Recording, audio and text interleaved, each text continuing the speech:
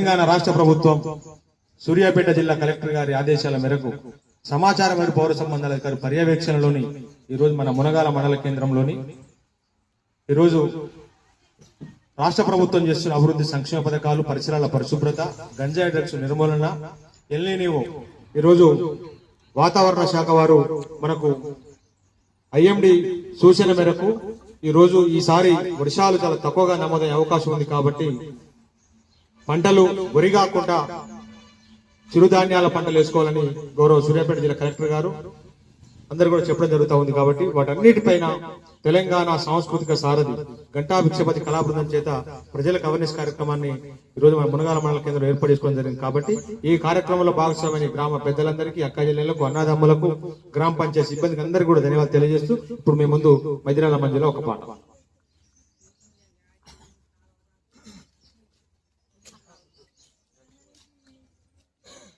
మత్తుకు దూరంగా ఉండాలిరా మందిలో తలసన